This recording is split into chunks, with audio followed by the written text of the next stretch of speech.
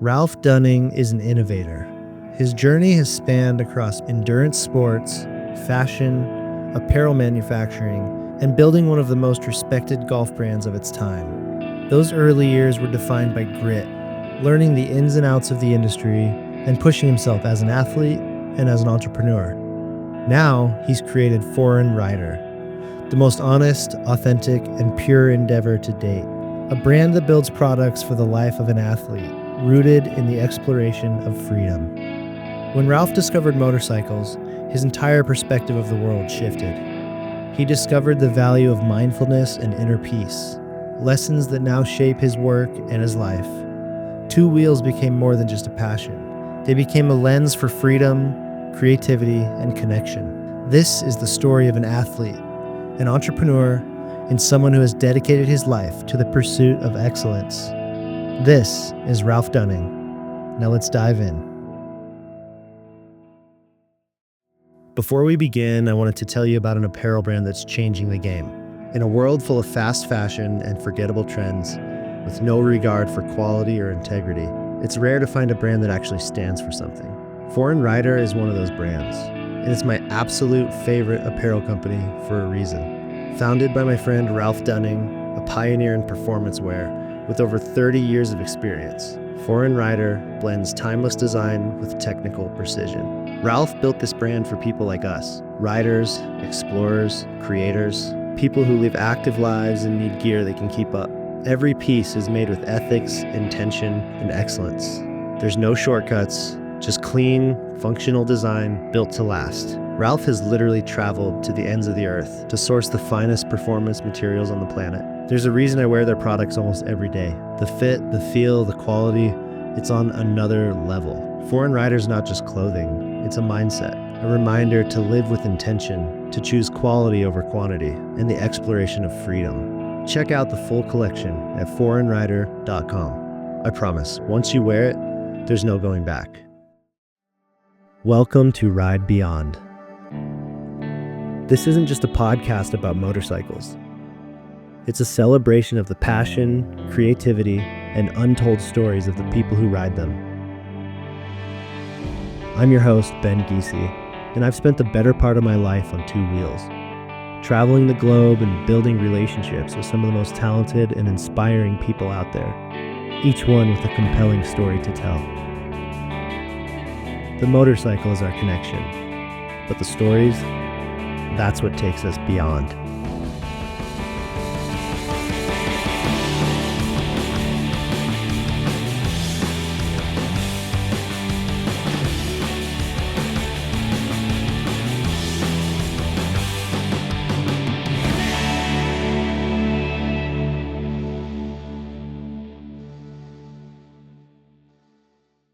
You said that motorcycles have completely changed the outlook of your life. And there's layers to that. So there's how it's changed. It's changed how my personal life is structured. So, family life, addressing anxiety and depression, which is something that I've really had to navigate through my whole life without understanding it, opened me up to spirituality in ways that I would have never really, not just discovered, but probably wouldn't have taken the time to actually explore them and understand how they fit into my life. And then probably the impact about just starting over, building a new company at 55 that took a real hard look at what I wanted to do with my life at 55, because most guys are retiring. And right around the same time that I'm starting FR, like committing to FR, I discover motorcycling for the first time. And growing up would have never, ever thought I would ride a motorcycle, because to me it was just terrifying. I didn't understand it. As an outsider looking in, there's all these different cultures. So once I first got on that bike, and it was a dirt bike with like 36-year-olds, like 30 individual 6-year-old kids not 36-year-old men. I went because I wanted to learn. So I was like, I'm going to do a lesson. Yeah. So I'm going to do a dirt bike lesson. And it was all these 6-year-olds. And the guy's like, what are you doing here? So I ended up riding with one instructor. And because I'd been mountain biking, it was, let's go ride off road. And once I got a feel for the clutch, that was it. On the way home, I'm like, I'm buying a bike, and bought a Yamaha. And then it just opened up all these different areas in my life around it. So that was the beginning of exploring something that I never thought I'd be a part of. And now it's probably had more impact on me than anything else I've ever done in hobbies or athletics or anything. So it's deeply rooted in who I am now. What did your life look like before motorcycling? Where were you at, physically, mentally, emotionally, spiritually? I would say I'd done my last Ironman in 2019. And then in January of 2020, I went to Florida for a couple of months because I left the golf brand I had started. And I went down there just to really figure out how I'm going to build FR.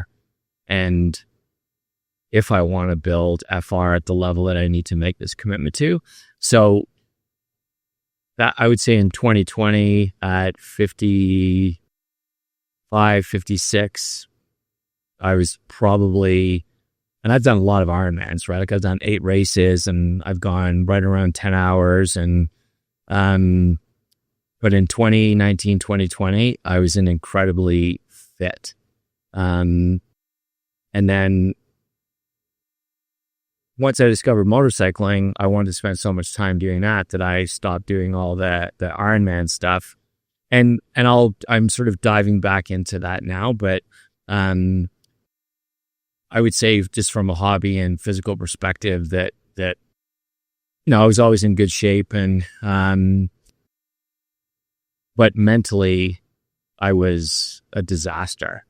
That stress and anxiety and depression were crippling, and you keep that internal. So maybe your family sees that from time to time, but for the most part, I just kept that hidden inside of me. And where do you think that came from? I mean, there's so many layers to that too, right? That I think when you go down the entrepreneurial journey, like I did at 28, so I worked for one of the big record companies from 21 till 28. And there were, at that time, 6 of the biggest labels. Now it's been consolidated. So I was RCA Records. That became BMG. That became BMG Sony. And when I was watching what was going on in other industries, especially in kind of streetwear at that time in 1993 in athletics, that I said, like I was walking into get an annual review. And as I'm walking in, I'm going, I'm going to quit, and then start my own business. And I was not prepared for the entrepreneurial journey at all. And I think that the stress of the first 2 or 3 years of that just always kind of lingered. So when you're trying to provide for your family and you're trying to build this company in a time when there was no social media, you built it through going to events and advertising in magazines and working with athletes. So over time, that starts to manifest into, you don't know anything different than stress and anxiety, and you think that that's normal.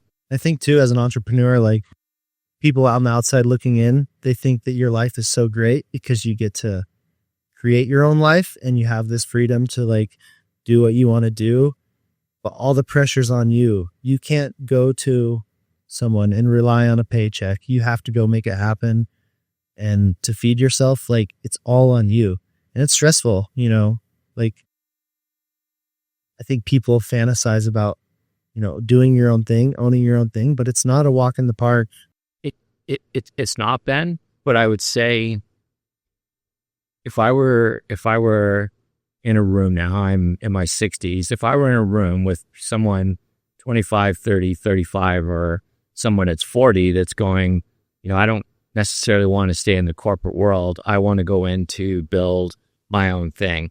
Because when I look back now, and I've been doing this for 32 years, that as stressful as that was, and so the anxiety and depression, as I learned, that's just going on in my head. That I am letting things that I can't control really grind on me. People, supply chain, cash flow, raising capital, all these different things that do they have to be stressful? But no one really teaches you what's the mindset that you need to have if you're going to go into being an entrepreneur. So now I look back at it and go, I had freedom for the last 32 years that regardless of how challenging it was, I could do whatever I wanted on my own schedule. And I made a ton of mistakes along the way, compromised some things that I learned later that if you do that, this is my third company now with Foreign Rider, and there is going to be no compromise with this company. But at the same time, when I was starting it, I was letting that stress and anxiety kind of climb into my head again, going, what if this goes wrong? And what if this person does this to me? And as soon as I discovered motorcycling, you have to let go. So you talk about in the film that you made with us that the impact of that film when people watch it, it changes their perspective on understanding fear and understanding love. And that if you don't embrace fear and you don't love the people that are around you, as tough as it gets, and that's ultimately why you're doing it, that there's so much language in that film that you made that I think is so applicable to being an entrepreneur because you've lived that, right? So if I could sit down with anybody now and say, if you're going to build a company, you need to know it's incredibly hard. You're going to get hit with challenges and scenarios that you're just never going to be prepared for. And it's always people related, right? Problems are caused by people. Problems are solved by people. But if you can have this mindset going in of just letting go and letting your path choose you, well, then you're waking up every day with a completely different frame of mind. And I've seen over the last 3 years, particularly because I've really spent a lot of time on my motorbike, ridden across the country now a few times, done it on my own. You have to let go and you have to stay present. So ultimately, stress and anxiety, that's a very complicated topic, right? Because where does it come from? And that's why there's medication that can be subscribed. I'm not really an advocate for that. For some people, that works for them. Some people just worry. And maybe that's their surroundings or it's just the way that they're wired. It's a very complicated topic to understand. But for me, stress and anxiety and depression from a young age was crippling. But now I can manage that much different because I have the ability to say, I can only control certain things. And so if motorcycling or surfing or spiritual sports, skateboarding can teach you that you have to be present and you have to let go and you have to embrace fear, and fear's good. Just embrace it, right? So I look at stress and anxiety and depression now, and I was that guy that when stress and anxiety were at their peak in my life, I would train and I would drink excessively. And nobody knew that I had such a severe drinking problem, except for my wife, Lisa. And, she said to me when I was 28, like, you drink a lot now. Yeah, I'm stressed out. She goes, this is going to catch up to you and become a problem. And it sure did. And so 10 years ago, when I had to really take a hard look at how much that had become my go-to to deal with stress and anxiety, and then it starts to spiral into all these other areas that, you have to make a decision. How do you want to move forward, right? So to make the decision to stop doing that, that made me start to at least address stress and anxiety in my life. But at least now I feel like I understand it more. It's not easy doing your own thing. It's not easy being your own boss, running your own company. But, having the right mindset to deal with that stress is so important. You kind of told me in the past that you were a different person before you found motorcycling. Like the things you cared about, whether it was material things or, the things you prioritized, your perspective might have shifted once you got a motorcycle and started riding. How did the bike change your perspective on life and what's important? I think when you're younger, especially my generation, right? Baby boomers, you're exposed to materialistic, just bullshit from a young age, and everything is about make a lot of money and have all these status symbols, and you want a Porsche for the wrong reasons. And then you get to a point in your life where you can maybe afford some of that stuff. And it's hard to explain the transition from my life pre-moto to actual.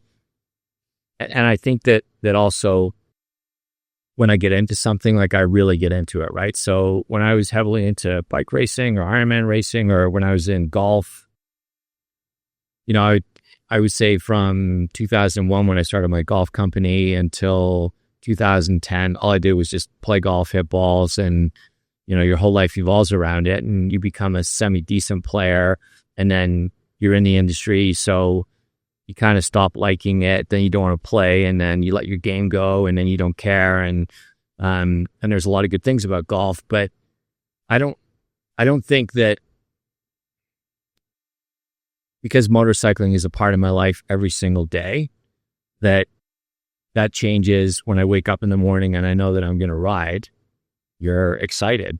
That, particularly with riding a Harley, that 10 seconds when you get on the bike and you're about to turn the bike on and it's going to have that rumble underneath you, there's almost an adrenaline rush that goes along with that, and it's really hard to explain.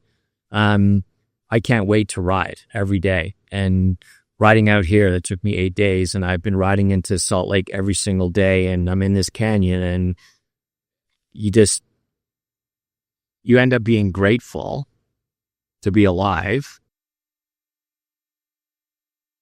So then it's not about materialistic anything. So for me, you want to have a good business that people respect.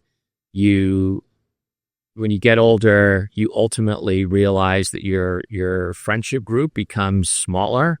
And my friendship group now is pretty much all around moto. And I think that there's a brotherhood and understanding in moto that's unlike anything else. You've been around it your whole life. I've only been doing this 4 or 5 years. So when you see that all of that peripheral stuff in life really doesn't matter, all I care about is just if I'm just wearing jeans and a t-shirt and ride my motorbike, I can build a company that employs people that feel like they're part of something. Again, that mentality around how we're building this company, motorcycling has shifted that. So, because ultimately there's a spiritual connection to riding that I've never experienced before. And that opened up this whole other world to me, and just exploring spirituality that I think has had such a huge impact on business. And I think it's why our company is growing so fast right now. We didn't chase this. This has all started to come to us. But what's interesting, even with where we're headed now in other categories that are coming to us, when people see our films, particularly yours, everybody always comments on, you guys have this connection to spiritual sports, and particularly to moto, and people are fascinated with moto, but most people are afraid of it. I love that you said spiritual sports. I've heard I heard that term on another podcast talking about like surfing and moto and things that are super action intense oriented. I love the term spiritual sports. It's cool because you really have to be in tune in the moment. And because you really learn to be present, right? So if you're riding a motorcycle, you're very present. You're aware of everything around you, animals, bad drivers, sunset, wind. well, then you realize, I mean, all of life is just the present moment. And so few people actually, I think, understand that, right? So yesterday's gone, tomorrow doesn't really matter. And yeah, we need to prepare for tomorrow. You know, like you said, working towards a better tomorrow, but not being scared of tomorrow, not holding on to yesterday. It's always right now. And that's the part of being in the entrepreneurial space that you need, that people that are thinking about becoming an entrepreneur, or people that maybe have a company that they don't like the way it's turned out and they maybe want to leave it and they want to start something else the way that I had to do.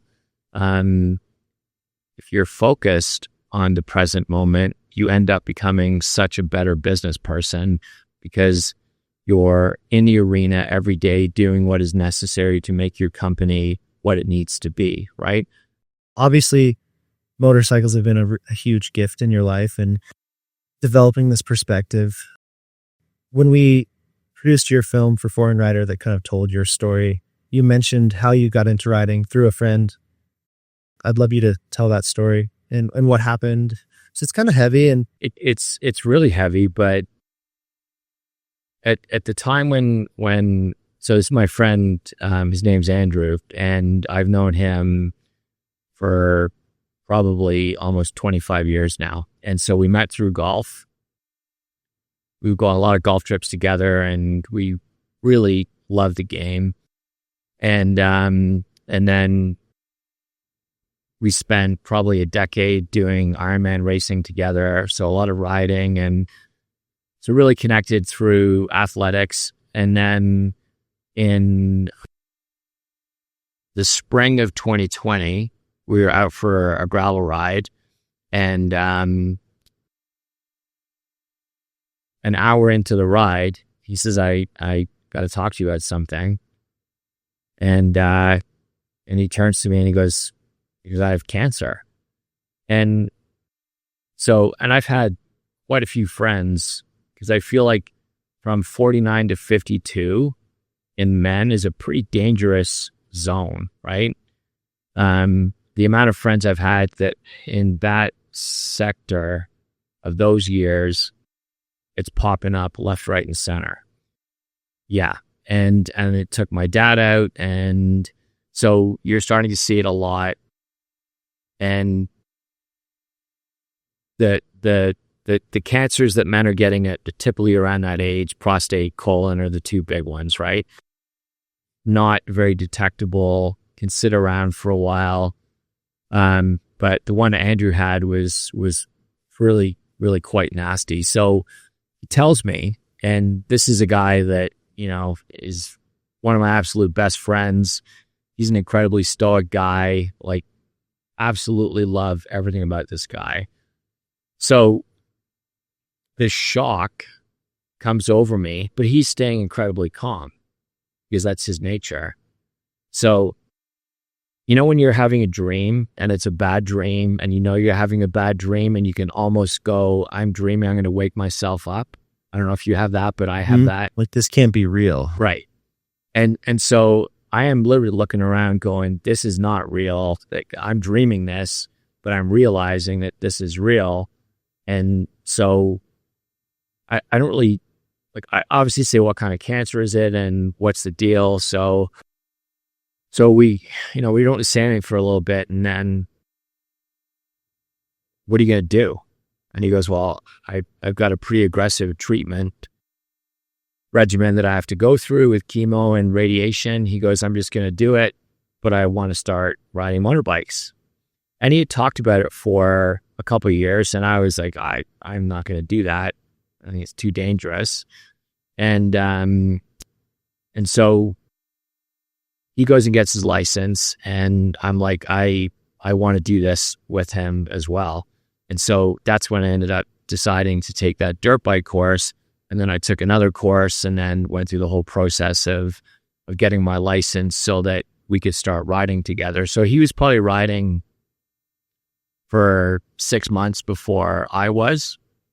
And then, once I got my first road bike, then we started riding all the time. And then you start doing trips. I remember the first time we went on the highway, I thought I was going to shit my pants because I'm just not used to, doing 70 miles an hour.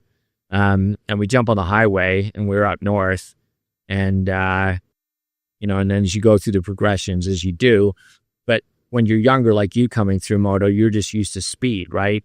At 55, 56, you're addressing fear, but Also, I learned on the dirt. So like me and my brother were learning how to ride in a little field behind our house. It's a lot less consequence than learning on the highway with cars. you jump. I remember jumping on that freeway and there was an 18-wheeler coming up the other lane and it blew past me and it made the bike shake.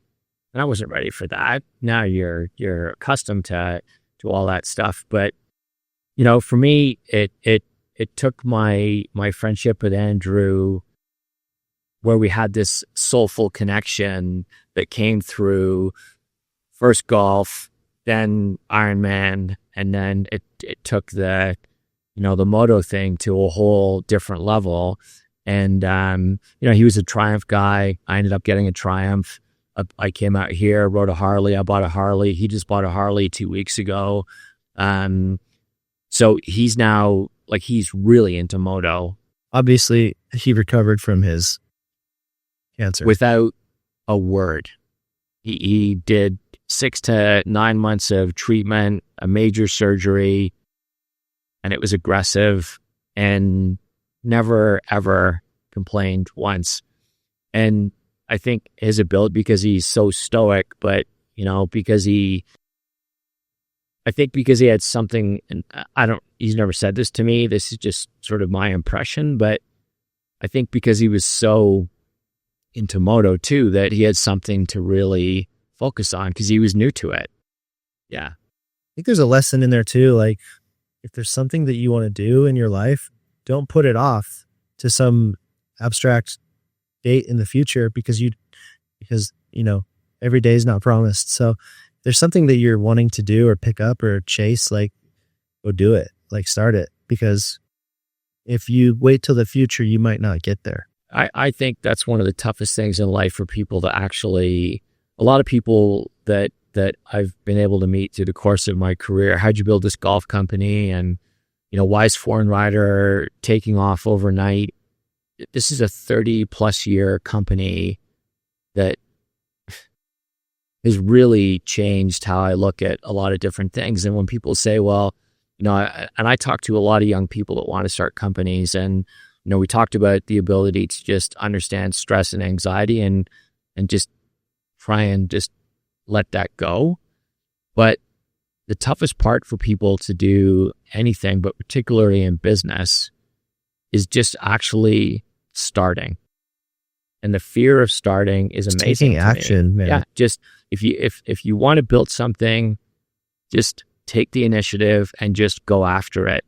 And don't be afraid to do it, knowing that it's not going to be easy. Some people, if their goal in life is to just go to work and enjoy their life, and they don't need to go out and do all these other things that can cause complications in their life, that's your path.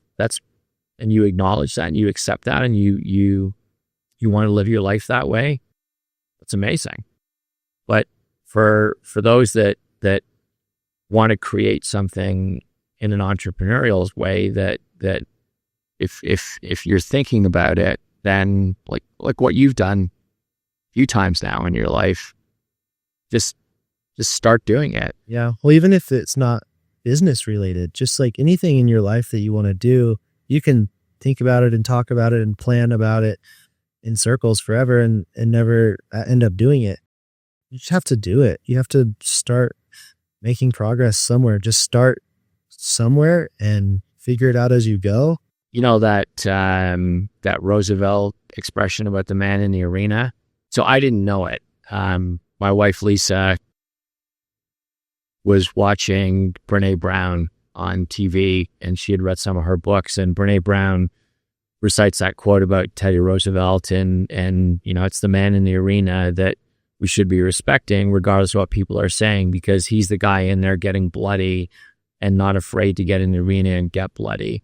And I feel like that quote, and that's an old quote, and Brene Brown that wrote that book, I can't remember what it's called, Daring Greatly or something like that, but that TED Talk she did around that quote was massive. But the context of just getting in the arena, just stepping in the arena, knowing that you're going to get bloody, knowing that you're going to get beat up, knowing that people are going to try and attack you, just set your foot in the arena, regardless of what it is, a hobby, something you want to achieve for your family, doesn't matter. Just literally get in the arena. I really believe in that. Then once you are in the arena, like you've started, what role does discipline play in your life? I mean, discipline is absolutely everything, right? That knowing that you're going to have good days and you're going to have really challenging days. And I learned this from racing Ironmans from a pretty young age, that if you want to race and you want to be pretty good at something, that you got to show up every day, regardless of how you feel. And that so discipline in athletics or discipline in your business life, because you're just never prepared for what's going to get thrown at you. And sometimes it gets incredibly severe, right? So if you end up in scenarios where people are doing really unethical things to you, you can't understand it, and it happens all the time, you start to go, why is this happening to me? Why are these people doing this to me? So you can get angry, you can lose your composure, or you can stay disciplined and realize that you can't control what people are going to do to you.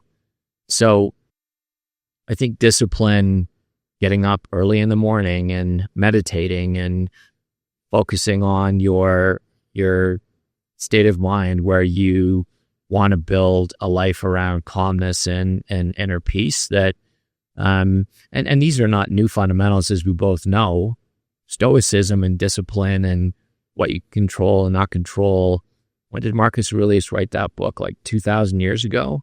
And, Ryan Holiday has built all these books now around this time and using those philosophies, but that's all based on discipline. So it's funny that these philosophies that are 2,000 years old are now like so valuable, and like you read these quotes today and they're so profound, because we've lost that. We've lost the ability to be present because the world is coming at us so fast. There's so many problems in front of us. There's so many things to be stressed about. Having that stoic mentality, having that presence of mind, it's not easy today. It's harder than it was even in the past when they came up with these ideas. So you look at, I was in a supplier meeting in 2019 in Taiwan, and I did not grow up in a religious household whatsoever. My parents didn't talk about religion once. My dad was in palliative. A priest was reading him his last rites. I walked in the room. I was like, what is going on here? My mom said, they're reading him his last rites. So I said to my mom, like, what is going on? And she said, well, this priest is reading your dad his last rites so that he can go to heaven. And I'm like, God, religion, heaven, none of these ideas were ever talked about ever in my house, ever. So I didn't know that my parents even thought about stuff like that. So I go into this factory meeting, and this is a huge factory. Like, these guys make for everybody. And the owner comes up to me. He's probably 60. And he hands me over this book, and it's like a phone book on Buddhism. And he just says, read this. Walks away. I don't know why I kept the book. I took it home with me back to Toronto, traveled all through Taiwan with it. And a year later, I started to read it. And so how old's Buddhism? 2,500 years old, something like that. But it's like Stoicism that the philosophy, and people will say, is Buddhism a religion or is it philosophical? And it's very philosophical, right? So treat people properly, just put good into the world, don't harm people. A lot of the fundamentals of it really resonated with me, and that put me into a world of starting to discover what letting go and any sort of spiritual meaning would have on my life, and then discovering the importance of meditation on a regular basis. The discipline to meditate every day, as you know, takes work. To set aside the time to do it, and knowing how difficult meditation really is, to just let go and just be present in what you're doing. And if your mind drifts, to be able to bring it back. That part of discipline for me was something in my life that I probably would have never anticipated. But if you really look at what makes people successful, and success can have a different meaning to everybody, just like the word freedom. We asked you what freedom meant to you. I ask a lot of people, they have to think about it. Some people can tell you right away. The girl that was in the reception area when we were just inside, she asked me, why are you staying here for a month? And I told her what we're doing about the store and what we're doing with our films. And she said, what's your company about? And I said, it's really getting people to explore what freedom means to them. And I said to her, what does freedom mean to you? And she goes, having no fear. She goes, I don't want to have any fear at all. And I have no fear. She's in her early 20s, and that was instant, right? So if you're looking at what success means to you, discipline, focus, because focus is everything. And I think discipline and focus are very connected. You could almost say they're the same thing.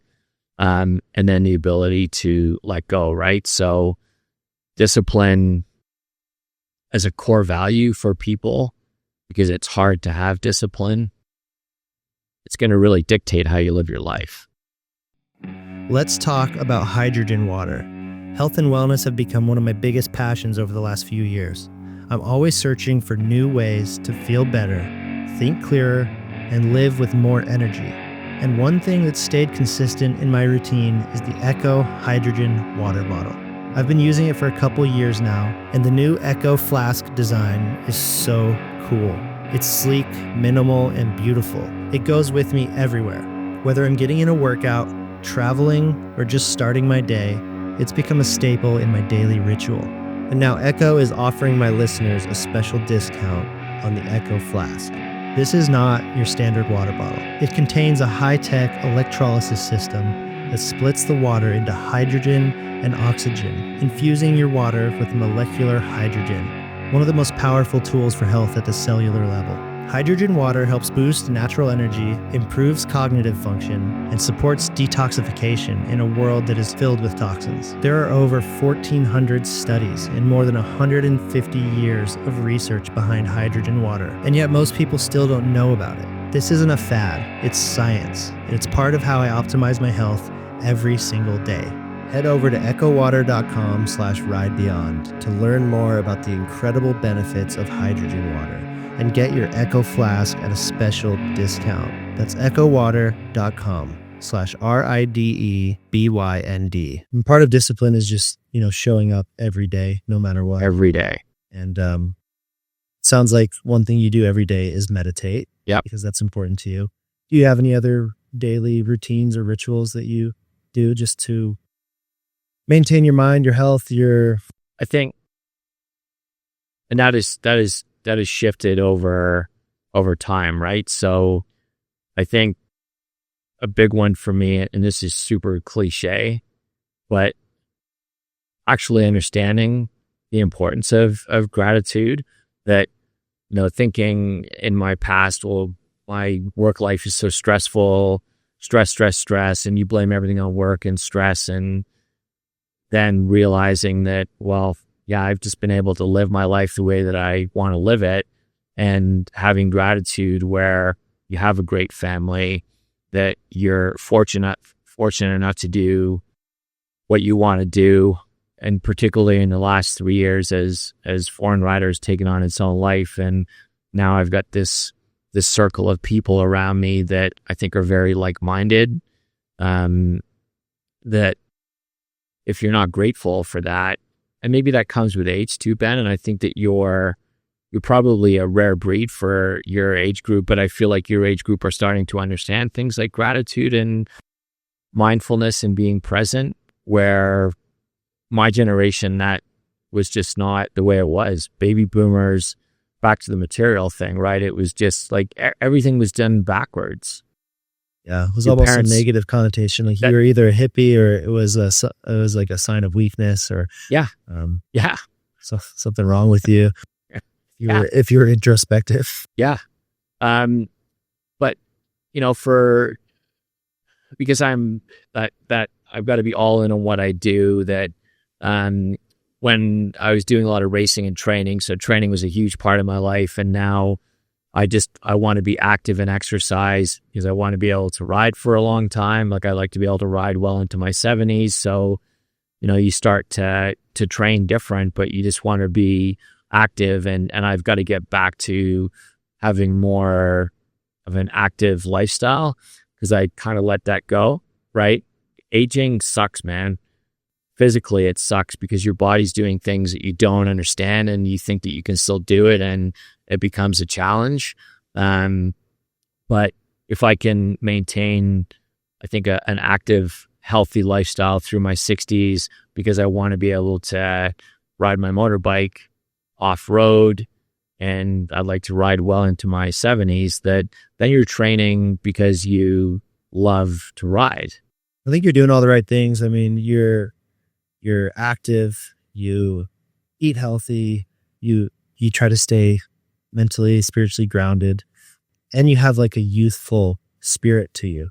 That's going to keep you young. You're motivated, you're thinking creatively and thinking hard every day. And those are the things that are going to give you longevity. And yeah, I think just keep doing what you're doing. You'll be riding for a long time. What does riding mean to you today? When you first started, it was something that was this new thing you got into because of your friend, but it's kind of completely shifted, who you are. What does the motorcycle mean to you today? You meet people every day when you're out riding, and because I ride 30,000 miles a year, like, you're on your bike a lot, so you end up talking to a lot of people. And you know what it's like when you're at a gas station and a guy comes over and he's like, "Oh, I had a Triumph when I was younger," or a young kid comes up and he goes, "I really want to ride, but my mom won't let me." Or I'll talk to a guy in his 30s and 40s and he'll say, "I really want to ride, but my wife won't let me because we have young kids." And so I always joke with Lisa, like, she's like, "It's cool that you're riding now because the kids are older. Well, I could still go down, like, if they were younger." But I think I don't really fear anything now. And I think as I've ridden so much in such sketchy conditions, and not, I'm obviously just road riding and doing some off-road stuff, but when you ride as much as I do, like, I've seen nearly all of America now. I would have never thought I would have the opportunity to do that. And so I think when you're on your bike, you're looking at landscapes and all the surroundings very different than when you're in a car, which is obvious to you and I. So then you start to appreciate your surroundings in a very different way. I think you learn patience from riding a motorcycle, because people do shit that every day. You don't understand. Like, I had a woman yesterday when I was riding into Salt Lake. We're both turning left. She just comes into the middle lane, almost takes me out. But from cycling, you sort of understand patterns. So you move over.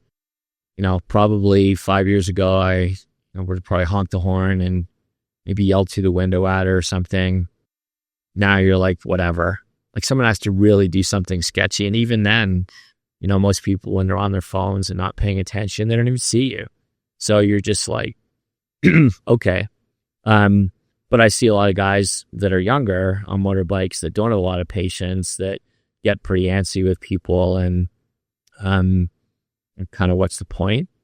But patience is a pretty important thing to have, right? So, but all these things that I've learned through motorcycling now, patience, looking around, what's going on, it's really turned Foreign Rider into something that I never, ever thought it was going to become when I first started it. The company came from gravel riding and cycling. And then I discover moto. Moto becomes a big part of what we're doing, and it's now evolving in so many ways. But ultimately, all of everything we're doing with Foreign Rider is always going to come back to riding a motorcycle. It'll always be at the core of why we're in business, regardless of the sports that we're touching and how many athletes that we're touching, because I do feel like it's the most spiritual, soulful thing that you can do. And it's physically demanding, as you know. That's one thing I don't know if everybody understands with riding a motorcycle 8 hours a day. It's physically demanding. So riding out here 4,000 miles over 8 days, that was physically demanding. Some young guys might struggle with that, but it just teaches you things that you don't expect. You have this theme through your life, clearly, of, finding inner peace and searching for that. Motorcycling is what triggered in my mind even the thought process to even think about what is inner peace. It made me realize that over my entire life. So if for me, freedom is inner peace, and I've been seeking that my whole life without knowing it, that if I didn't get on a motorcycle, I never know what inner peace feels like. Because every time that I'm on my bike, it is just complete inner peace, right? Even in situations that are sketchy, you stay calm. I don't go down this path of inner peace, man, without getting on a motorcycle. Who I was 3, 4, 5 years ago is not where I feel like I've evolved to today. And that's all because of motorcycling. And then that is spread through every aspect of my life, right? So cool. It's so cool. Are there any other hobbies that you do that are also get you into that meditative state? I think cold water surfing to an extent, trail running, especially when you're in an area like where we are in Park City. But to be honest, man, golf gives me no inner peace. That's hilarious.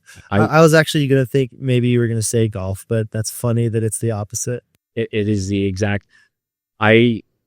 Golf is such a fascinating thing to watch your generation all embrace, right? Because I think you guys are playing it for the right reasons. It's fun. You don't take it too serious. You just want to go out there and golf, as we shot that film with you, golf's a very spiritual game if you allow it to be. What happens is that guys play it, they want to get good, they want to beat their friends, and then all of a sudden it's this manifestation of anger. So you see it all the time. Guys getting pissed off. They don't talk to the guys they're playing with. They walk off the course. They throw their club. They get in their car. I suck. They're pissed off. And that can be a 15 handicap or a 2 handicap. I made myself a rule from now on. If I ever go into business with someone, I'm going to play golf with them first, because it shows so much about your character and who you are when you're on a golf course. And there's people who stay calm and when things aren't going well, and there's people who freak out when things aren't going well, and you find out real quick who people are. It's kind of interesting. Yeah. And also, like talk about discipline and focus. If you want to be a good player, and there's, guys that can get it around, and then guys that can be, a 7 or an 8 handicap or a 4. And then you get into the guys that are like legit scratch players. And there's a difference between a guy that plays golf and a player. And being in the golf industry for so long as I was, you're around tour players all the time, college players all the time. And like any professional sport, what it takes to be competitive at the college level, at the junior level, and then if you actually do make it as a professional, and all the layers of what it takes to have success as a professional golfer, to be a real player. It's insane. It's insane. It was the same racing motocross, Yeah. You go to the local race, and there's always that one guy who's so much better than everyone else. And then you take that guy to like an amateur national level, and he's nobody. But then at that level, there's that one guy who's like above everyone else. And then you go to the professional ranks, and the guy who's like really good in the amateur scene might not be doing that good in the professional ranks. And then there's that other tier that's just on a whole nother level. And it's just insane. So if you remember when you and I shot Darren at Grove, and he talked about that if you're a 15 handicap and you're 150 yards out from the green and you hit the green, you just made a phenomenal shot.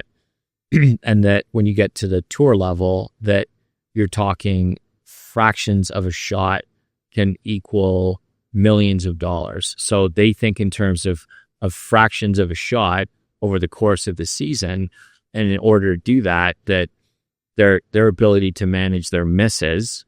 So if you remember what he talked about was where to land on a green, and they work in those quadrants of where to work, people that play golf, they don't really understand what it takes. They just think that guy has a good swing, but they don't really understand the level of ball striking and short game and putting and all the stuff that goes along with it. So, what I find with golf, why it's can be really frustrating is that if you don't put the work in, you don't play well.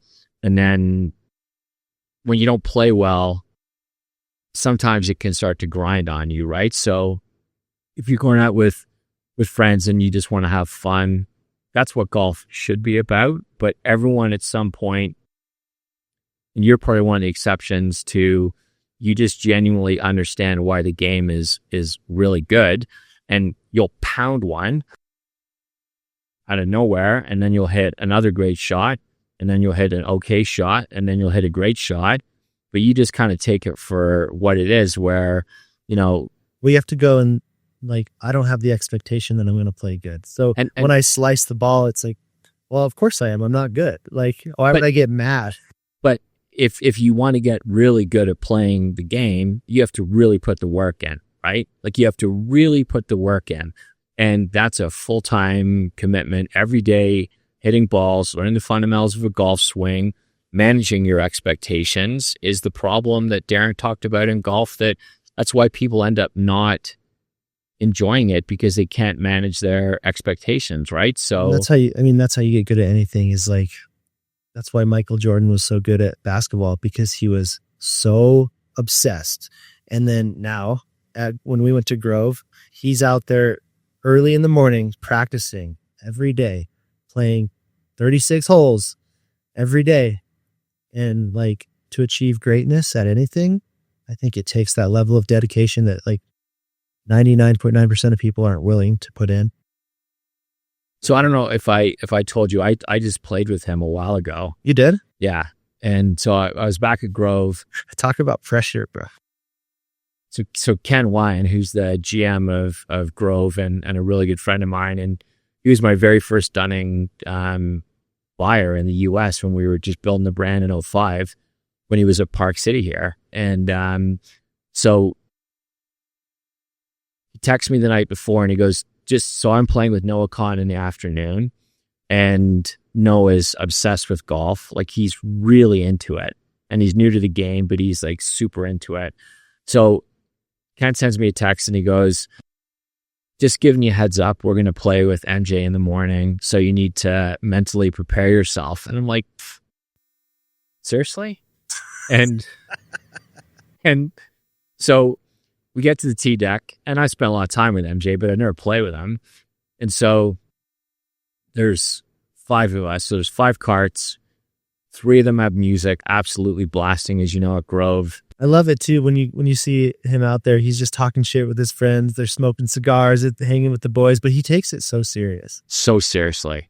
So he comes down and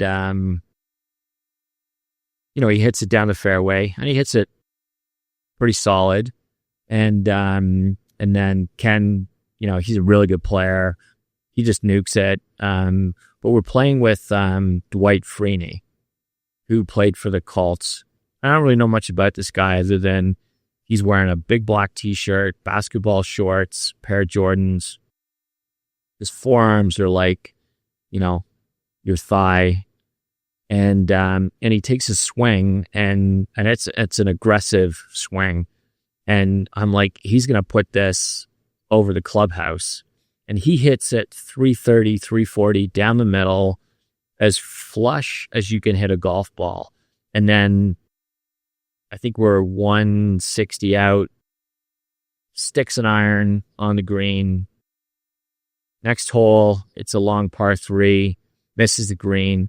His short game, but his club head speed and his ability to compress the ball, like he's a Hall of Famer in the NFL. So when you're playing with Dwight Freeney and Michael Jordan, what the hell, dude? And so they all hit, and it's my turn to hit, right? And I am fucking losing my mind going, if I cold top this, because these guys have all just nuked it down the fairway. And, I'm kind of looking up at him, and he's not even paying attention, right? He's in his own space.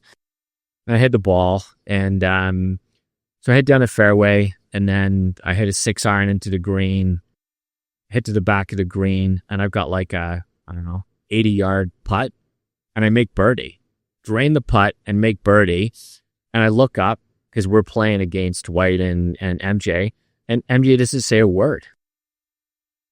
He just fucking walks off the green and goes to the next hole because they've lost the hole. And because you beat him? Well, because we had won that hole, right? So, you look at a guy like that who's just so incredibly competitive. And so through the whole round, he's just insanely competitive. And so when you're in these matches that he's just so in his zone that he's almost not even paying attention to what everyone else is doing, even though he's completely aware of what everyone else is doing.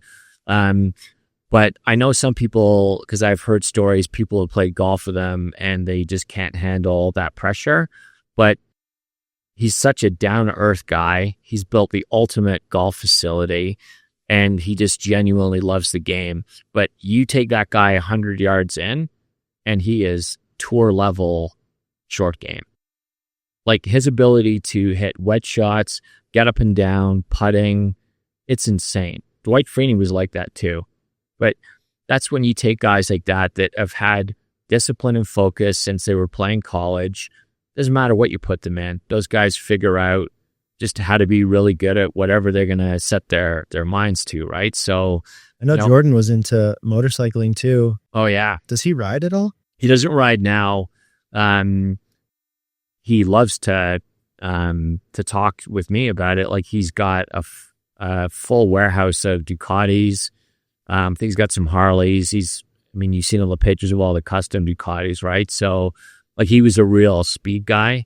When you see the cars that he drives, like they're all Ferraris and McLarens and stuff like that. And he owned a race team too. He had a race team. Now he has a NASCAR team. But yeah, he was heavily into moto. Man, once I move to Florida, I'd love to talk to him. That would be so cool.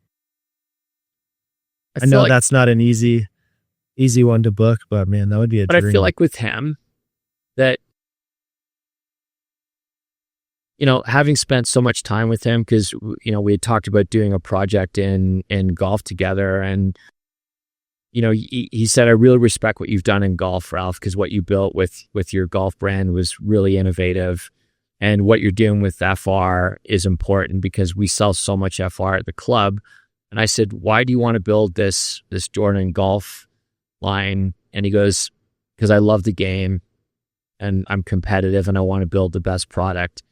And he's just wired differently that way. And I think that if you were to interview him, and this is the part about him that I think is so impressive, there's a guy that understands mindfulness and a Zen-like approach to everything, that the interviews with him are always about when you were playing for the Bulls and you made this shot and blah, blah, blah. I'd like to talk to him about what it takes to achieve greatness and what kind of mentality do you need to tap into? What does it take? What kind of sacrifices do you need to take to get there?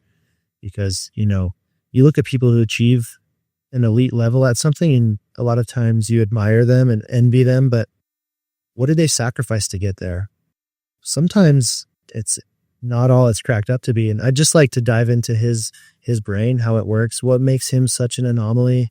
And then obviously like the common thread would be the motorcycle and his interests for riding bikes and owning a race team. I think it would be so cool. People would love that story, but who knows what the future holds. That would be... Well, I think the way that the world works and how everyone has this connection through moto, and particularly, I think through being passionate about things, and there's a guy that understands about being present, right? The way that he played, that shot's gone. Now it's this. That's how he plays golf. And I listen to him talk to college players too when they're at Grove, and it's all about be present. Like, he, in reality, to me, is probably the ultimate Zen master. But no one ever talks to. It's like when he's playing basketball, the more intense the game got, the more high pressure the game got, the more locked in he was. Yeah. So turning off all the noise, being present, being in the moment, focused on the here and now and what needs to get done. Like, dude, there's nobody that does it better. Exactly. And I think that because of the way that he has been like that you think about how inspiring he's been for so many professional athletes now. Like, if we were talking about hockey earlier, and I'm around a lot of pro hockey players now and pro basketball players through FR, and that the level of preparation that these young kids are at 20, 21 coming into pro sports, they are laser focused. And they are looking at all these different ways to improve their mindsets going into games. So ultimately that comes back to MJ, right? I think he set the tone for what does it really mean to be a professional athlete and be a leader and be accountable, and constantly be pushing boundaries to improve and never take your foot off the gas. That's why I think that athletics now is just so insanely competitive and good. And I think that you look at MJ's life in business, right? Like, he's been incredibly successful in business. Same thing. He's locked into business exactly the same way he was to athletics. And I think that the synergies between athletics and business, the parallel there is insanely close and aligned. Yeah. You've built several brands over the years, starting with Rip and Hammer in the 90s and then Gunning Golf towards the turn of the millennium. Yep. And now Foreign Rider. What makes Foreign Rider different? If I look back to when I started Rip and Hammer in 1993, that being in the music business, I got to see a lot of really interesting things. And I got to work on, like, when Tribe Called Quest were coming out with their first couple albums, and watch the way that we worked that record. And it was all organic, word of mouth. And that I always, for whatever reason, paid attention to what was going on in apparel or footwear or anything, what was going on in the car industry. And for me, everything was always about just quality product, and that and the branding that went along with that, how a company was communicating, that I was always a fan of companies that kept things relatively simple, right? So, in the 80s, Ralph Lauren had it mastered, did their own retail experience. They were the first guys to do it. Their photography back then was really pretty cutting edge around the stuff that they were doing with storytelling and telling Ralph's story. And so I really respected that, and what Timberland were doing from a manufacturing perspective. That company had a really good run, and then they kind of got off track. But the second brand I started when I started Dunn & Golf, because Rip and Hammer was really focused on cycling and mountain biking and triathlon, and we actually did a little bit of moto back then. We were doing like moto pants and moto jerseys. But when I went to Hawaii in 2000, I was playing golf and saw that everything was cotton and it was hot, and thought, I'm going to take the technology from cycling and put it into golf. And nobody understood it at all. Like, it took us years to get people to, because everyone just wore cotton back then. So Zach Johnson wins the Masters in 2007, and then the brand starts to blow up, and all He was of a sudden, wearing your products. Yeah, I signed him in 2005. He wins the Masters in 2007. And so all of a sudden the brand's got visibility, and people are going, tech is important. And nobody was doing tech in the game at all, just us. And then everybody, like, you look at golf now and everyone's making tech stuff, and there's variations of quality of tech, and most of it's not that great. It's chemically treated. And that in 2010, we'd grown that brand into 1,500 of the best private doors and resorts in the world. And I was sitting in the living room with my dad, and he's like, what you've done in golf is incredible. Like, I'm so proud of you. And I said, I really hate what this has become. We've let this company turn into something that it's not meant to be. And so we ended up partnering with another company to try and grow the brand. And that when you try to align cultures, it's challenging, right? And so, I think we did the best that we could to try and build the brand together, but we just had different, at the end of the day, you just think different. And so at the end of 2019, going into 2020, I could have just stepped away and just retired, and hadn't discovered motorbikes then. So probably would have just been cycling and stuff like that. But I started to really think about what does quality mean to me?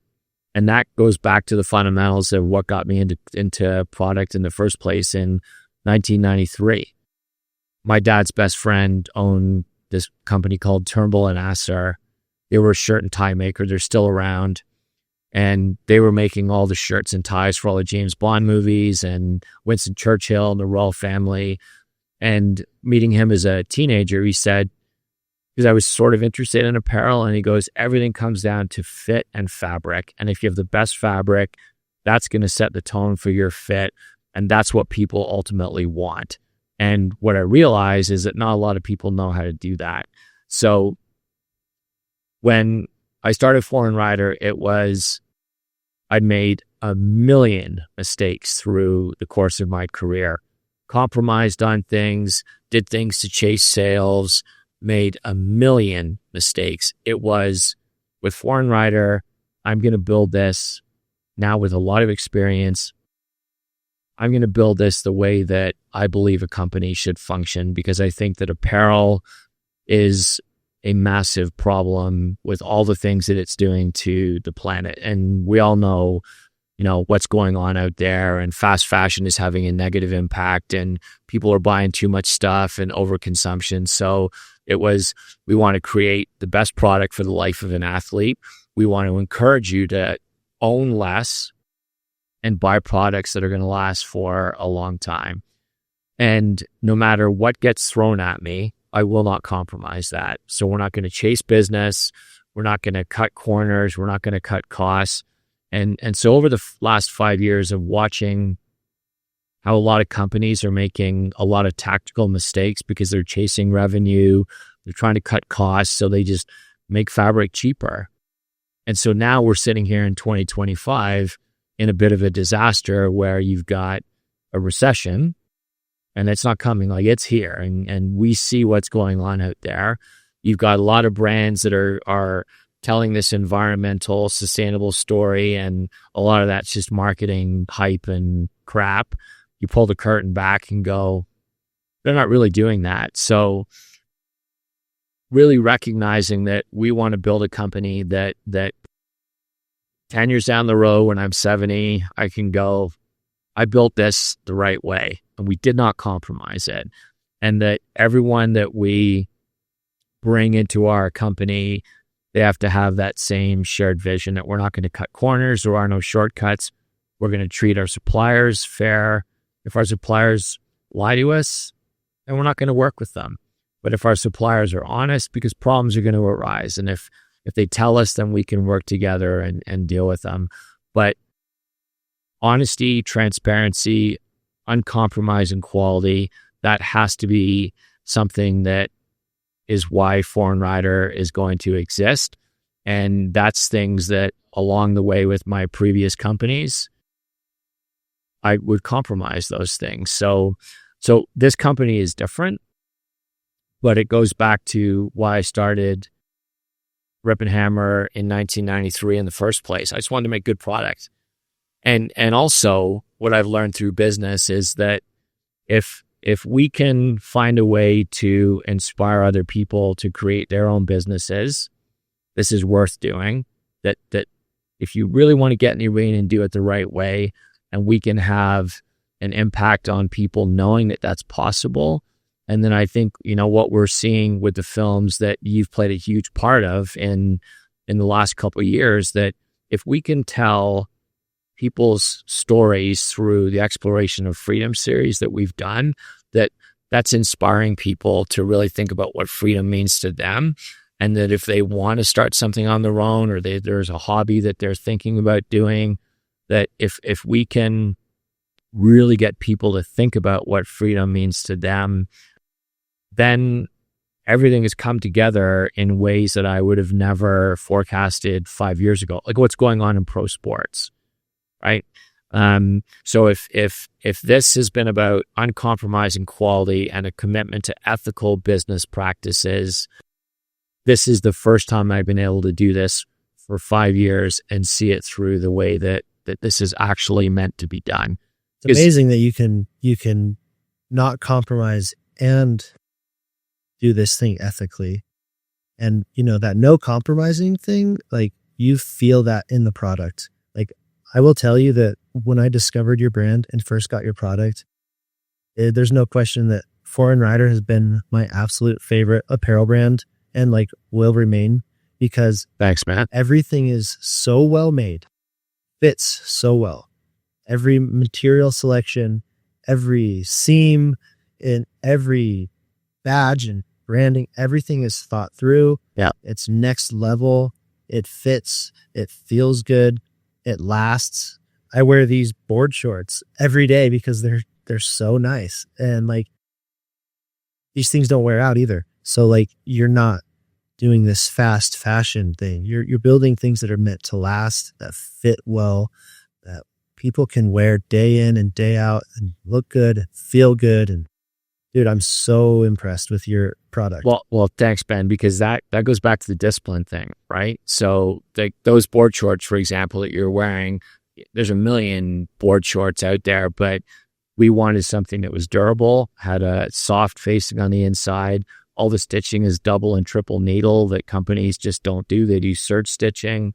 The fact that we made sure that that material was recycled. And so that the sum of all parts in every piece has to exist there, right? That Dude, even this t-shirt, like the seams on the shirt are next level. The tag that's sewn into the back, the way it's sewn in, the material, the fit is absolutely perfect. Like it's just insane. And so people would never actually understand what goes, like a t-shirt. Everyone says, oh, we have the best t-shirt, the perfect t-shirt, but people don't really understand what goes into making Dude, a you've t-shirt. traveled the world to find fabrics. I've traveled the world to find fabrics, but we also do a lot of stuff in Toronto too, right? So that t-shirt that you're wearing, that is Supima cotton, and Supima cotton is only grown in California and Arizona, and it's a very long staple fiber. So the result of that is that the durability on it is really good. So if you wear a t-shirt every day like you and I do, like I just wear t-shirts and jeans and, our sweats, and like my wardrobe's super minimal like yours. And that what makes a t-shirt different, we use a self-collar on that so it holds its shape, it doesn't wear out. That flat lock stitching is there for durability, so in 3 years, 5 years, it's going to actually stay constructed and not come apart at the seams. But also, It looks cool. It looks cool, but against your skin, there's no seam irritation, right? So companies they're not bringing in by truck their cotton from California. We knit, dye, and sew that in Toronto, and then using flat lock stitching. Most companies won't use flat lock stitching. It's expensive to do that. They won't use a self-collar because it's hard to do that. And getting the fit right, where it's not too baggy and not too tight, right? That usually a product will take us 2 years to get the fit developed. People have 2 years to just do a t-shirt, right? So when we do wax canvas, like we have that shirt jacket that we shot you in California, that my jacket is the patina on that thing because I wear that every day. But that fabric came from Scotland. It's organic cotton.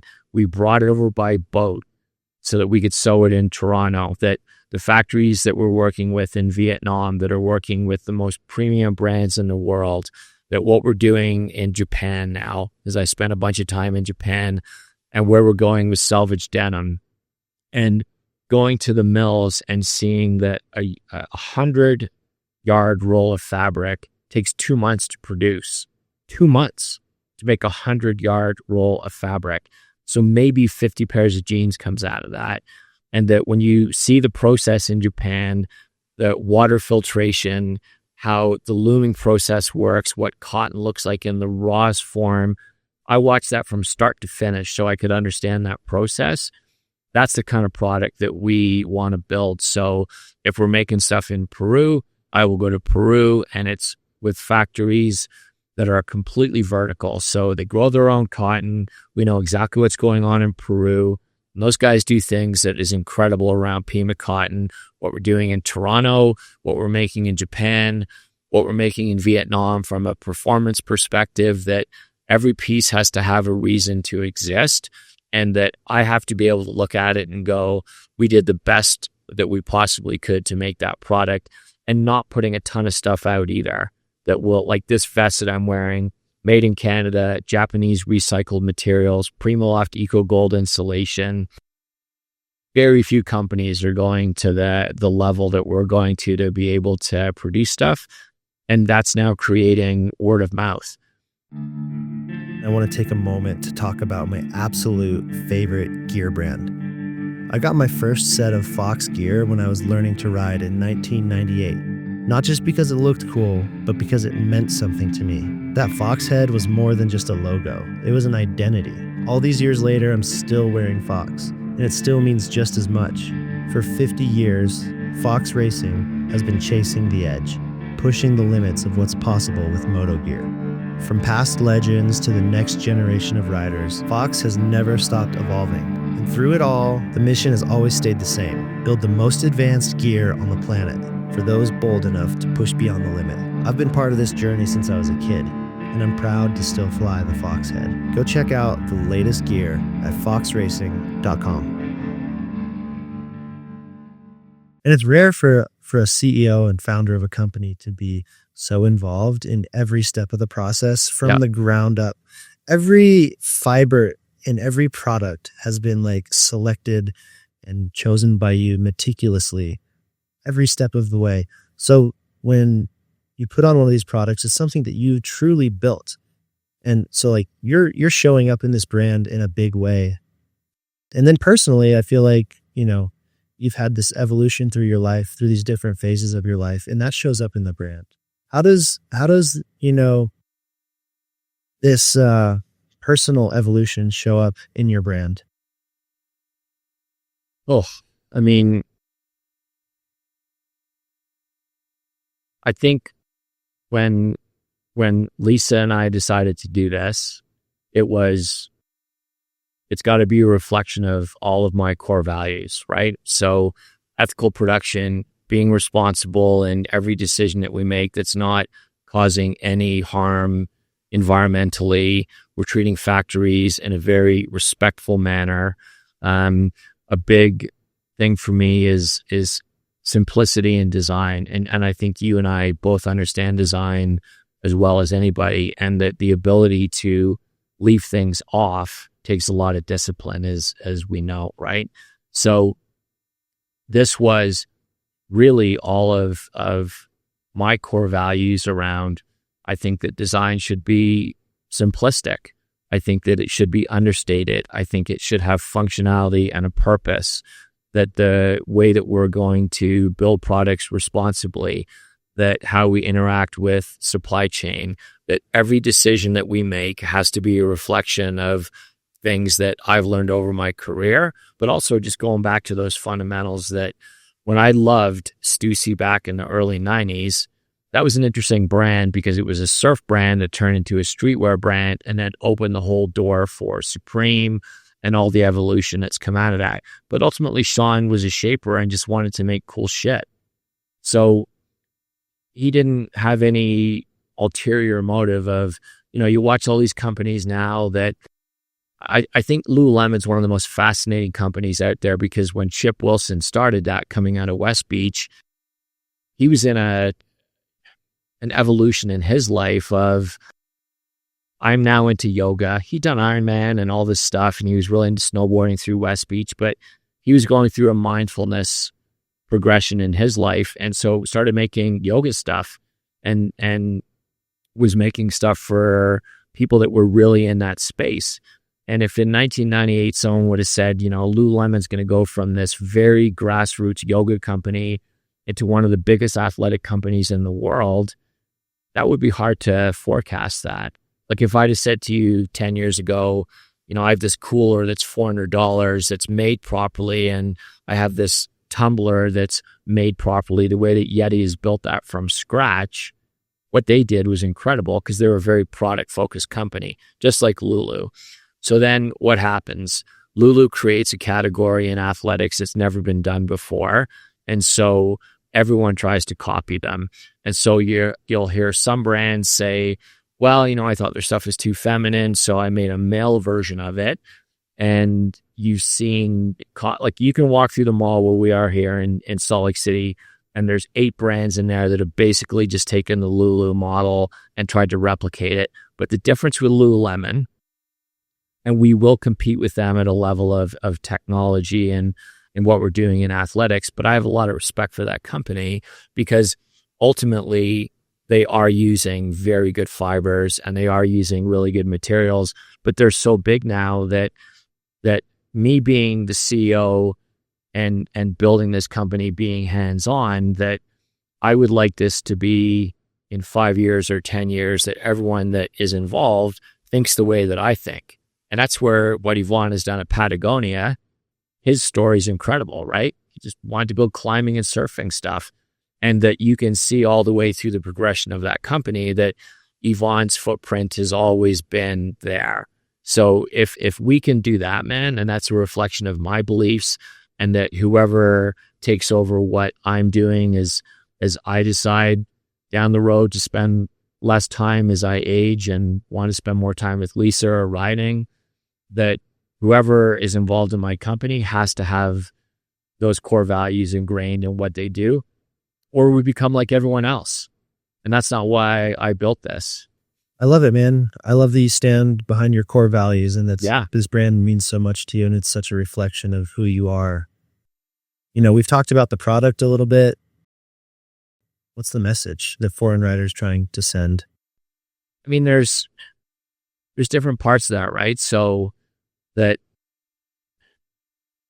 the quality of the product is something that I just talked a lot about, but I think this mantra of the exploration of freedom and what does freedom mean to you, that covers it's really what we talked about earlier in this conversation. So we would like Foreign Rider, if there's someone out there that's thinking about building their own thing, that we want them to be able to look at us and say, you can do this the right way. And that I had no background in design. I didn't go to school for design. I didn't go to school for fashion design. I didn't go to school for business. I didn't go to school for any of that stuff. I took some marketing and that was it. I don't even like the word marketing. I think everything's about communication. So you can go to school, do your MBA, get a design degree, but ultimately that goes out the window when you start your business. You've been there. So if we can inspire entrepreneurs or people that are creators, that they want to just get in the arena and do their thing, explore what freedom means to them in their business life and their personal life, then this company is worth building. So there's the product side, and then there's the side where we want to communicate to people, live your life the way that you want to live it. And that's something that took me a long time to learn. Like the Rip and Hammer era and the Dunning era, there was so much stress and pressure that, I look at pictures of Spencer and Ruby, my kids, and you've met Spencer, and I'm like, I don't even fucking remember this, because you're so not present that you're not living your life. So people, they want to build their business, but they think that they have to give up the balance part of living their life and spending time in the present and with their families. I learned that the hard way. Now it's like, if you're going to build something, there's your company you're building, but you have to have this balance of other parts in your life. You have to have the freedom to do something athletic or something mindful, be present with your family, not be an asshole, not overreact. These are all things that took time to learn. If I ever had the opportunity to spend the time to write a manual on all those things, I didn't have this playbook when I was going through this whole process. And I have so many regrets around that, but at the same time, it's why FR is FR. Because I did so many things wrong that I look back and go, I can regret that. Or why is Foreign Rider now existing in this space that I never thought it could exist in, like the pro sports space, that we're competing with the biggest companies in the world that are having to pay to play, and we're able to take part in these sports because pro athletes and organizations want to be a part of what we're doing because of what we stand for. And what we stand for is just as important as the product. And I think that comes across in those films that you've been a part of, right? So, if that comes across to people, then all of this is really worth doing. And I would like to finish what I started. What I started in 93, man, what that 28-year-old kid had in his mind of what a good company could be, that's actually now 32 years later happening. That's badass. Yeah, because it's not just about making money. It's about building something that people go, these guys are doing it the right way. And I think that is impactful and different.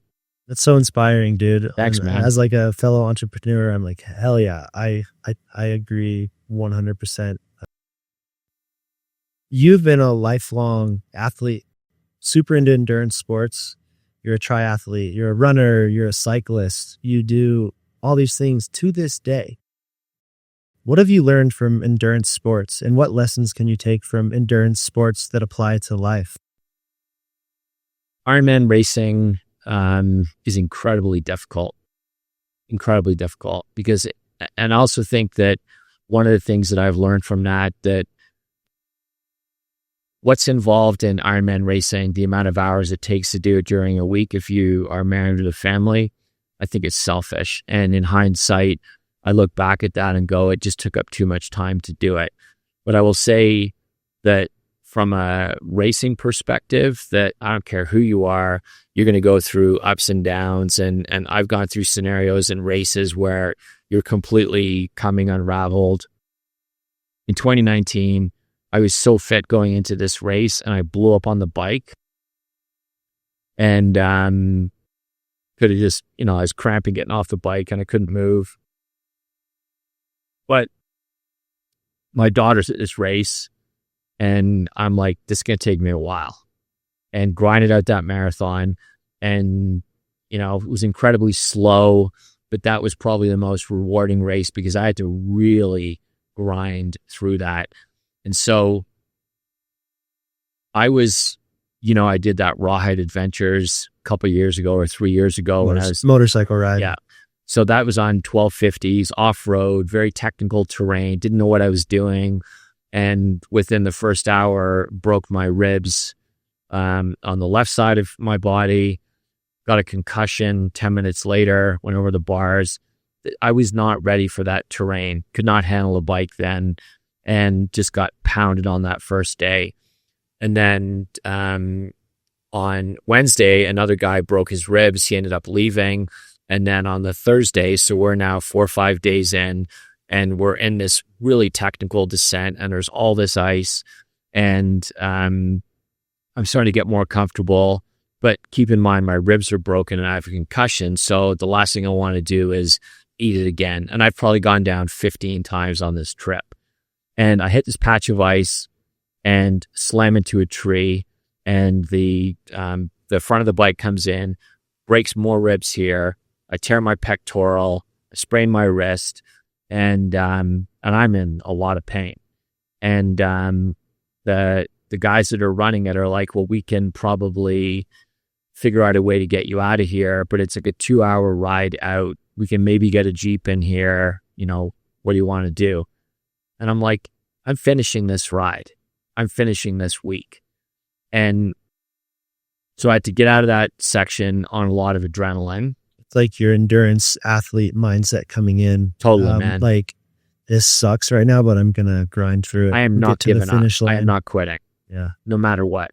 And, we finished that ride on the Saturday, and the guy that was running it, who knew that he didn't know at first I was new to riding because he kind of gave me a hard time at the beginning on not being fast enough.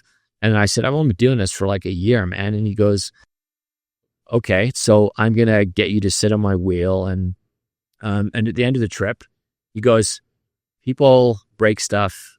We usually get 2 guys a week to break stuff, and they always leave. And I pull at my shirt, and my chest is black. This is black. Like, I look like I've been in a UFC fight.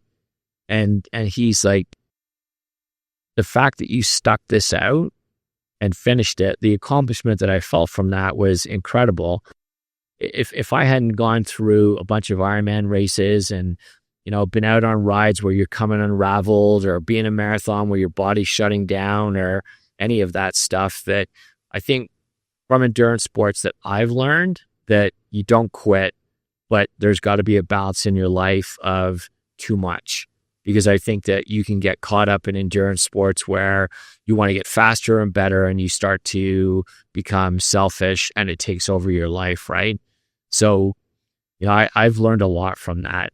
And then in business, like the grit side, discipline, focus, grit, that a lot of that has come from endurance racing, racing in Colorado in Leadville, and getting to the top of Columbine and just undone with the altitude. Done. And had to grind that race out. That was incredibly difficult. But you never forget those times when you've been in a pit of hell and now you can get through anything. I love that. Yeah. Yeah. I love that too. What do you think is more valuable? People can be like naturally gifted, or some people can work for it, but there's this level of performance that you can have.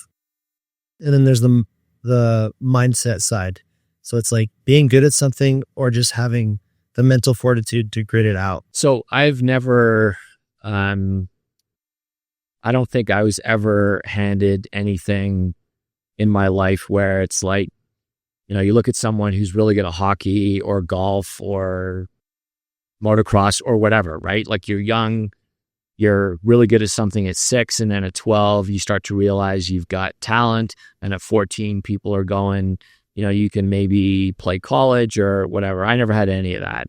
Everything I had to discover or work at. When I was in my late 20s, for whatever reason, I had a very high VO2 max, and I became an incredibly fast runner working with the U of T track team coach. And so somewhere in there, genetically, I had good VO2, but I could never translate that into racing at the level that I wanted. Something always went wrong. So I've always had to fight for anything that I want to do. And you think about taking that motorcycling at 55 and then going on that rawhide adventures with guys riding their whole life in very technical terrain at 1250. That was brutally difficult. And then hitting canyons with you and Derek, going, these guys absolutely nuke it, but that's normal to you, right? And I remember you saying to me, like, you'll just get used to it. And so, now when I'm going through canyons and you understand that you can ride at certain speeds and the bike can do a certain thing, if you put in repetition, then you start to learn something and then you become pretty decent at it. So it goes for anything in life, not just riding. Exactly. It's really anything you do. Exactly, right? Repetition and just staying focused and having discipline to do it, where, being around, like in the music industry, you're around a lot of people. Like that was fascinating being in the music industry. If we were putting out X amount of releases a month, that let's say we put out 50 new releases a month. This is when it was just touring. That's how you broke and you got played on the radio. And we'd watch all these bands get signed, and the amount of them that made it was impossible. And you listen to records and go, why is this band successful and this band is just not happening? And did I ever tell you about the Whitney Houston breaking? No. So you remember how huge she was? I mean, I know who she is. It was kind of before my time and not really my genre. Yeah. But yes, I know who Whitney Houston is. But it's an interesting case study in staying with something and staying focused, because when that first album came out, it was out probably a year, and we couldn't give that record away. We couldn't get it played on radio. Nobody cared. And Clive Davis, who ran Arista, who was a very smart guy, he gave us this initiative where he wanted her to sing live in front of people so they could actually hear her voice. And so we brought her to Toronto. We put her in a room full of 50 people, and she sang that first album a cappella. And people's jaws dropped because there was this emotional connection to this singer whose voice was, at that time, there was really nothing like it. And then a year later, radio is playing her because they saw her singing live. And, the fact that we stayed with that record because everyone believed in her as an artist. Noah Kahan, playing golf with Noah Kahan in Florida and spending time with him at night. And there's a guy that's very open about anxiety and depression, and he's been a professional musician from 17, and that it took him 5 years to get exposure out there, and he's making albums and nothing's going on. And then in 2020, he puts out he told me this story in Florida. He goes, I put out this TikTok video and I thought it was crap and I was going to take it down. And the next morning it blows up. And the impact that he has had on my daughter and her friends, that their generation, that anxiety comes to them. And because he's been so open about it's okay to feel anxiety and accept it and dig deeper into it, what that guy's doing musically is incredible. And there's a guy that just stuck to it. Now he's playing Fenway Park and he's producing and he's playing Madison Square Gardens. But there's a guy that's his focus on mental health awareness, his commitment to that is just like what he's doing in music, right? There's a guy with grit that or 27 years old or 28, whatever he is now, what he's doing in that space of educating people about mental health awareness and staying true to his craft. I think, if you're a musician, is that talent given to you, or do you have to figure it out? And being around pro athletes, golfers, and my whole career, and seeing why is that kid at 12 that good, and he doesn't know anything different but a pro career, where some guys have had to just grind their way through it. That's fascinating to me. How does that happen? Why are guys pro athletes at that level, and some guys have to really grind for it? And you see kids at 12 that are good, 14, they're all good, 16, they're all really good. And then you get into the pro leagues, and, why is McDavid able to do what he's able to do and make it look effortless? How much work is he doing behind the scenes? But he's always been good from a youngster. Yeah, I think hard work beats talent, but when you have both, that's when you're unstoppable. But why do you have both? Why do some people just have that gift that's given to them? That's always been fascinating to me. Mm-hmm. Yeah. Early in my life, I realized that I think the most important thing to me is freedom. This just being free, So it was really cool when I discovered your brand, and your mantra was the exploration of freedom. And it's become something that I've been asking every guest. What does freedom mean to you? Because it's such an interesting question. And it's really cool. I think you're going to enjoy listening to the different episodes and hearing these different responses. Yeah, dude, I want to ask you, you're the founder of Foreign Writer. What does freedom mean to you? It's just inner peace. It's that simple, but it's a very complex breakdown of what inner peace is going to mean to me. And that goes back to my personal life with my family and friends, my business life, and then my personal life around the things that are of interest to me, right? Photography that I love to do because I just feel completely present doing it. I don't care if people like what I shoot. I just love being out there doing that. There's a sense of calmness that comes to me with that. I love working with entrepreneurs to help them just stay focused and believe in what they're doing. My commitment to motorcycling, and, I want to get back into racing now that I've been out of it for a few years, but to get up in the morning, believe in what I'm doing, be grateful for everything that is in front of me and everything that I've learned, that because I was in Hawaii and I did this. Have you heard of Yoga Nidra? I do it all the time. So I had never done it, and I did it for a couple of classes, and the instructor said, I do this, it was called Bliss Cocoon, and it's sound therapy, which I'd never heard of either. And so you basically are in this silk hammock beside the ocean at 5:00 at night. And she sits in front of you for 90 minutes and she does sound therapy with these bowls. And she said, I want you to have intent at the beginning of this.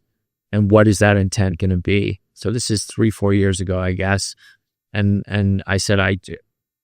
She goes, because what are you really looking for? Most people are looking for happiness. I said, I want inner peace. I think it's the same thing. Happiness is essentially when you get to a point where you're not wanting anything else, when you don't want anything to be different than the way it is right now. And that's an interesting take, right? Because you're not always going to be happy. Things are going to happen that make you unhappy or sad. And when you're unhappy, you're in a state where you want something to be different. If you're in a state of mind in your life where you're fine with how things are right now, you don't crave anything to be different or any sort of change, that's happiness. And I think a lot of that is acceptance too, right? So if you have days where you maybe feel sad or anxious or someone's done something really crappy to you, that acceptance of you're going to have moments where you feel great joy and moments where you feel sadness, but knowing that if you can accept them both equally, when you feel happy or when you feel not happy, inner peace can come on both sides of that spectrum, right? And so to me, I always thought that everything I had to be in a constant state of happiness and joy with no stress and nothing going on. And then once I started to, and this goes back to the motorcycling thing, that things pop up that you're like, what is going on here? This weather, or, can I handle this terrain or this road or whatever? And just accepting what is going on, that there's this constant theme now of inner peace that is starting to drift through my life that way, and exploring that and discovering that and understanding ultimately in life that that's what I want is inner peace, and learning what that means to me, that's what freedom is to me. It's not a material thing. It's not any of the stuff that may have motivated me when I was younger. It's to be able to sit here and have a conversation with you and the impact that what you've done, and understanding what motorcycling means, watching those films that you guys were putting out, that's what made me understand what motorcycling was, because your approach to motorcycling was so different than everything else that is out there in the world, right? Every film that you guys were putting out was really about freedom in motorcycling. And sometimes you didn't have to say anything. You just watch it and go, that's what I want to feel. Freedom is so interesting to me because there's so many layers to it. It's such a beautiful thing to base your brand identity around. I love it, man. What keeps you motivated at this stage? You're such a veteran in what you're doing. You've built all these different brands and you keep going and you keep charging. What keeps you motivated at this point? I just want to build something really meaningful and worthy. That's ultimately why I get up every day, is that I want to build the best company that we can be, where all those core values we talked about are not just on a wall and marketing bullshit. That I want to build a company that people go, these guys are really serious about what they do. It's that simple, man. And knowing that what we're doing with this company allows me to spend time with people like you and have the opportunity to ride my motorbike out here, right? I could have flown out here, rented a car for 3 months. Why? I really took the time to ride out here in some sketchy weather conditions. And now the fact that I've got my bike here every day, and then, the photographs that we're going to put in the Utah location that are specific to these landscapes, I wouldn't have been able to get those unless I was on my motorbike. And the terrain and the roads that I rode here, I wouldn't have ridden those 2 years ago. Mm-hmm. It's been cool to see you progress too. Like, well, I mean, as someone who's been riding for 25 years, maybe closer to 30, it's really just ingrained in my life. And sometimes I can take it for granted. It's just a normal thing that I do. When I see someone who's, a little bit newer, you're a few years into this thing and so passionate about it and so enthusiastic about it. And I used to be that. I still am, but it's not as new to me anymore. And dude, all I can say is just take it in right now and really enjoy this time of progression and like being enthusiastic about it. And like, it's really the best time. My first 10 years in riding was the best because you're always getting better and it's so exciting and so enjoyable. Yeah. Just enjoy this period. And I am. Like, I really am. Every day that I get on that bike, like, is absolute joy to me. And I think too, it's because I'm riding such different types of bikes, right? Like my little Honda CB500 adventure bike is such a different ride than my Triumph. And then, the whole Harley thing, Harley is just something that I'm so passionate about their motorbikes, and either people love Harley or don't understand Harley. But I love all aspects of motorcycles, right? Like, I would love to have a street bike, and I would love to get more into off-road stuff, but riding long distances like I've been doing on that Harley Davidson, and learning how to handle that bike in the city because it's 900 pounds. My passion for motorcycling is a lot, maybe too much. No, I wouldn't say too much. I love it, man. It's infectious. It reminds me why it's so cool. Yeah. How's your definition of success changed over time? Back to the freedom thing, right? So if initially I think when you're younger that you think success is just about financial rewards and materialism, that's it. And then when you have some success in those terms, then you start to realize that it's got nothing to do with that freedom and living the life that you truly want to live, that's what success is, right? So, and you have to earn your way to be able to do that. But I could even argue and say from day one, the minute I quit my job and started Rip and Hammer in my house, that's when freedom started. I just didn't know it. So I think now looking at what it means to me, having the ability to live the life that I want to live on my terms, having the time to do the things that I want to do. And then, like I said, if the company is looked at in a way that is respected, because we're building a company the way that I think all companies need to function, you need to understand that profitability and creativity need to go hand in hand, right? That a lot of companies that are out there raising capital and because they want this huge exit and they're just spending, that's not what success is. And if you're building a company because you just want a financial exit, generally things don't work out when that's your intention anyways. They almost never work out that way. Yeah. What advice would you give to someone who's feeling lost or burnt out? You know, you've had moments in your life where you've felt that way. If somebody's in that state right now, what advice would you give them? I would say I've had really deep bouts with where you feel like you're in a black hole or a box that you're not going to get out of, right? It's almost like a panic attack that you can have bouts of burnout and you're like, I'm not coming out of this. I remember the first time I had a panic attack, and it was only like 5 years ago. I knew what was going on. And my wife, Lisa, who has been incredibly patient with my career and watching me deal with a lot of anxiety and, issues around relying on alcohol to sort of get out of those stages, and watching how Lisa helped me deal with that panic attack. She's like, you're going to come out of this. I'm like, I'm in a glass box and I can't get out of this.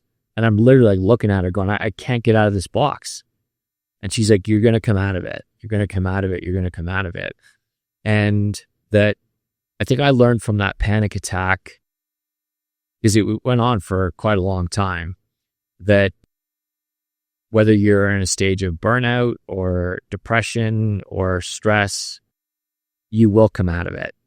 And that's, sort of that happiness versus inner peace, and accepting that when you're not in a state of happiness, that there's going to be these fluctuations. And that's a lot of the principles of Buddhism, right? Is accepting suffering, and that suffering is okay.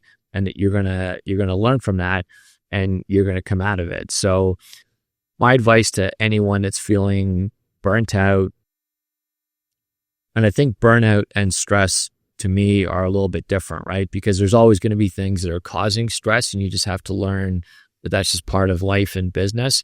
But I think burnout is a bit of a different animal, because you can all of a sudden be crushed and you're like, I don't want to do anything. So when you want to come out of a stage of, or this part of your life where you feel like you're in this burnout, what are the things that can help with that? Meditation for sure. having people around you that you can actually talk to in a very transparent manner. The importance of just nature, being outdoors, whether it's in the sun or in the rain, doesn't matter. That if you're sitting in your house and you feel burnt out and it's easy to just sit on the couch, watch YouTube or scroll on your phone, whatever, that's just making it worse.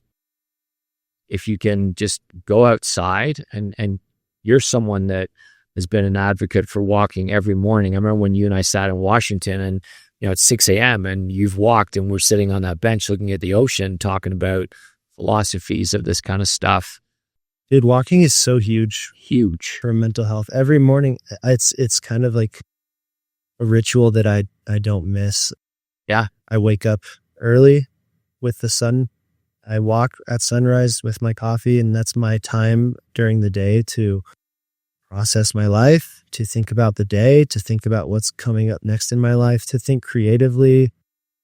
When you wake up with a fresh mind before the day is taken over and before stresses have kicked in, like having that space to contemplate and breathe and be outside, take in the sunlight. Dude, it's so huge. And something about just walking in nature, moving your body through space, it gives you this space to think and to like let go and to feel good. Times when I'm feeling really anxious, I walk a lot and like it really helps, dude. Walking is like, it's the simplest thing you can do, but it's such a powerful tool for feeling better. It's incredible. And at this point, I'm not doing it to manage anxiety. I'm doing it because it's a creative tool. It's a contemplative tool. It's the way that I figure out my life, and I'm walking and thinking. And you've seen all the long-term benefits from walking too, right? So if you look at, that Blue Zone documentary that came out, and that those people are constantly moving as they age, and that when you go to Japan and everyone's walking, and that, I think Japan is an interesting place to visit because they are very process driven and they're very disciplined. And then you look at their connection to like how big surf is there, how big moto is there, how big walking is there. And as people age, they age properly there because they're eating properly and they deal with anxiety and stress through meditation.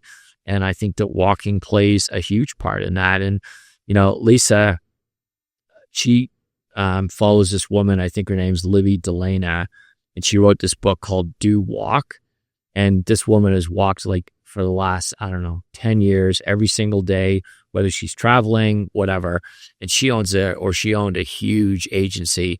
But she wrote this book called Do Walk, which is part of the Do series and Do Lectures, which is very interesting company in the UK. And Lisa bought that book and it was just sitting in the house. And it's short and I read it. And when you read that book and understand all the benefits of walking, it's incredible. Yeah, physically, mentally. I think honestly, just returning to the basics for our health, like totally, man. Getting outside, getting sunlight, walking. Yeah. Breathing fresh air, seeing trees and nature and grounding, putting your feet on the ground. It sounds like a hippie thing, but it works. If you are grounded to the earth, it heals you physically. Yeah. Dude, seeing the stars at night. Yeah. Does something for you. It's like returning to the basics, it like changes your health, changes your physical health, your mental health.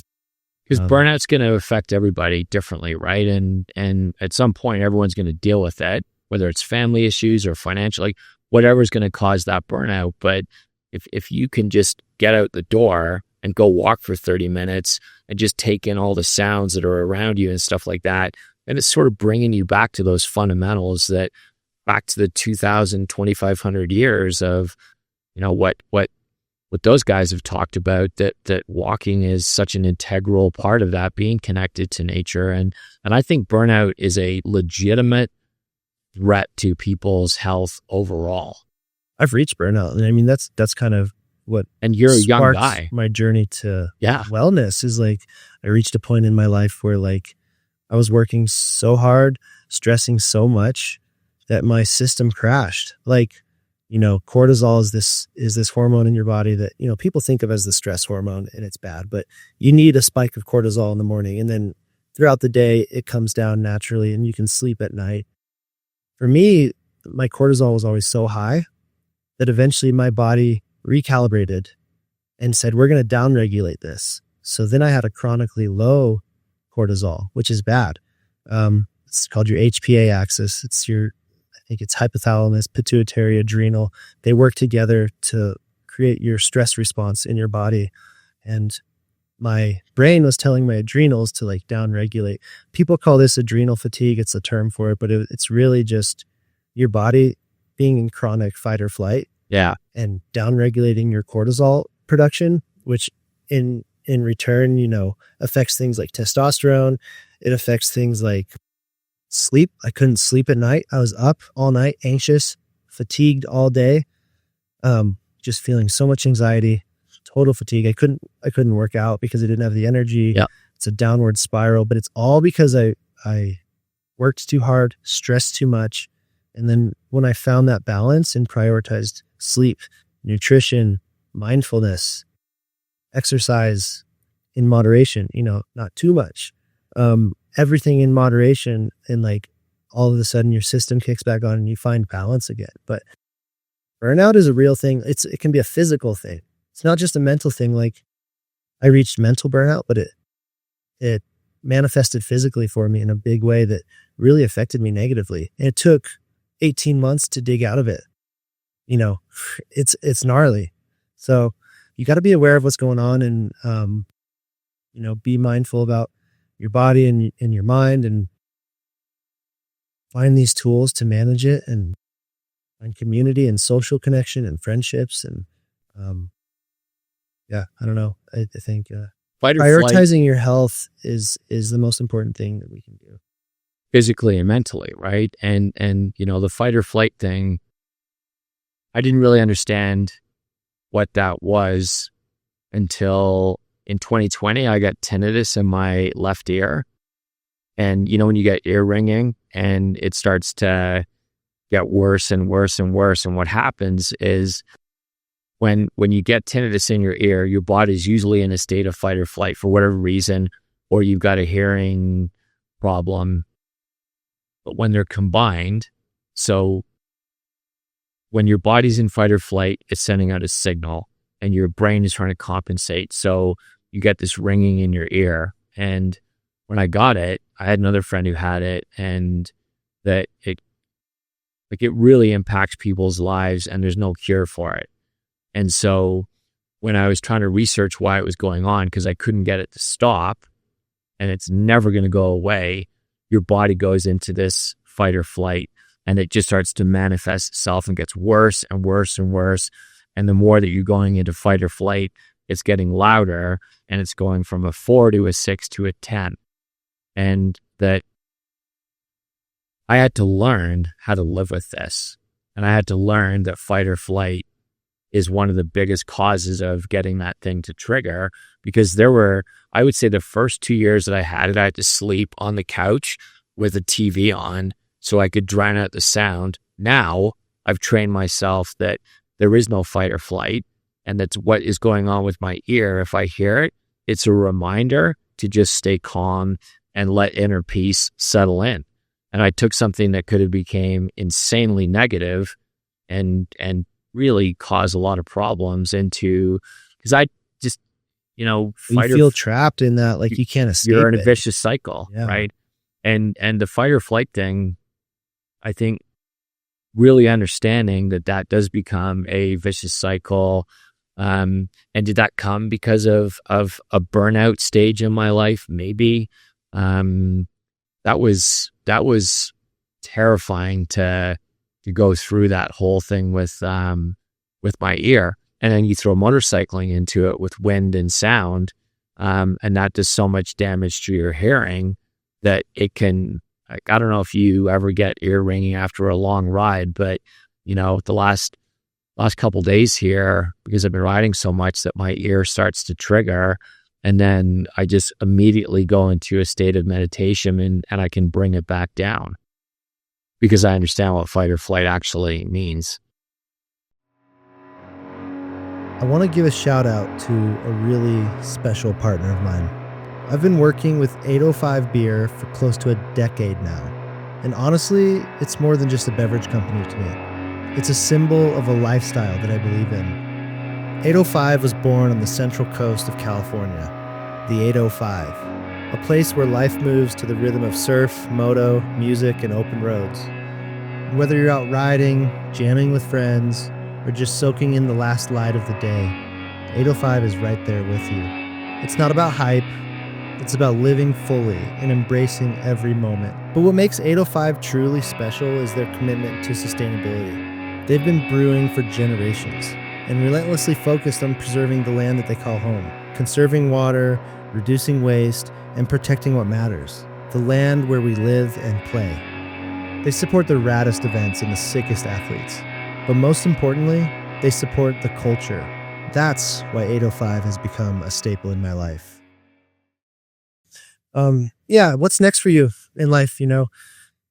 What are your goals? Where are you heading? What are you working on next? We're in a really interesting space with Foreign Rider, where we've got the spiritual sports side of what we're doing is taking on its own life, right? So we're building our own retail shop here in Salt Lake City, and the goal is to open up probably 20 in the next 3 years around the world. And each location is going to be focused on these spiritual athletic sports. And when you come into our space, that you can really feel the city that you're in. And that's got to be a reflection of that. So really committed to building an FR in-person experience in all the cities that we want to be in. Dude, the Salt Lake store looks so nice. Yeah. Like I've been watching your Instagram stories, and the build out it's cool to see, the level of quality and care you put into the product is being reflected in the physical experience, which is And thanks for that, because that was the real intent of when we were building this shop was you can go buy fixtures from a rack jobber and just stick them in the store and they mean nothing. Working with Workshop Colorado and building from scratch using real wood and real materials, the quality and the craftsmanship that those guys produce for us, that the product and those pieces of furniture really sit well together and they'll last a long time. And I'm proud of the fact that we made those in Colorado and had Kevin and his team come out here to build that. So that's really, if that's in, we did the same thing in Denver. And when we open in Arizona or in different parts of California, or we're about to build a relationship in Dubai,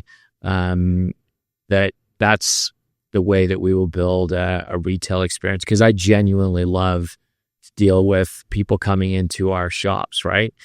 But what's been interesting in the last year is we've had just organically this connection that's built with professional sports, and we're having such an impact on the NBA and the NHL, where we're working with equipment managers and players and coaches. And we've been able to build these team relationships now where the players and the coaches are traveling in our gear. You watch some of the games where the coaches are wearing our gear on the sidelines. And that I'm really proud of, because we didn't ever think, I would have never thought we would be in that space. But back to the quality product thing, these guys can wear whatever they want. And big brands that want to be a part of it, are kind of looking at us going, where'd this company come from? Because now we're popping up all over all these pro teams. And on the fan side, that here in Utah, for the hockey team, we put these jersey hoodies out that were made in Canada, and they were meant to look what you wear to play shinny if you're a kid wearing a jersey. And we made 4,000 for the home opener, and they were gone that night. And that showed that there's a connection to Foreign Rider now in more traditional sports, but the more I get to know these guys that are playing pro sports, they're all inspired by spiritual sports and want to be a part of that. So, I think having a footprint in both of the spiritual sports side with retail, what we're doing with pro teams and arenas is really important. But where I really want to focus our efforts too is we just want to constantly be creating films where we're telling stories around people that are actually having either an impact on what's going on out there, or someone that no one might even know who that person is, but they're on this journey of exploring what freedom means to them.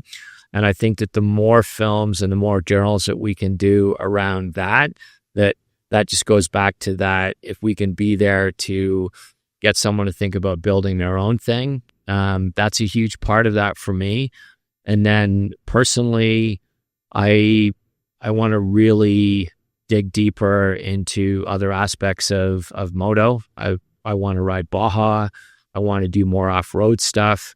I would like to be able to ride in different parts of Europe. I think that would be really cool in the Alps and the Pyrenees because I've cycled through there.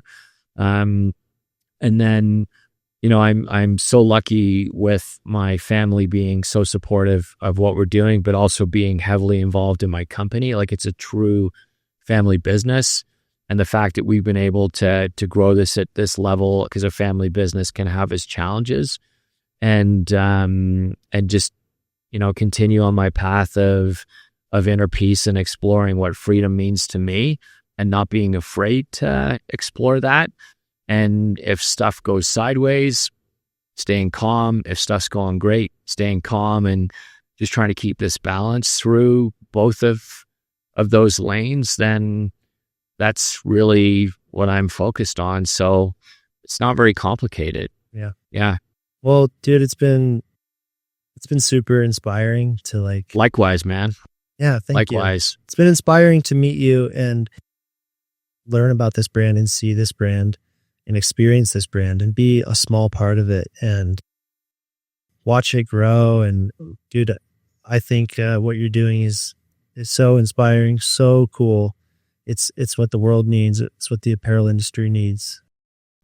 I really appreciate your enthusiasm for riding. I think it's amazing and infectious, and I hope you keep that spirit forever. And me too.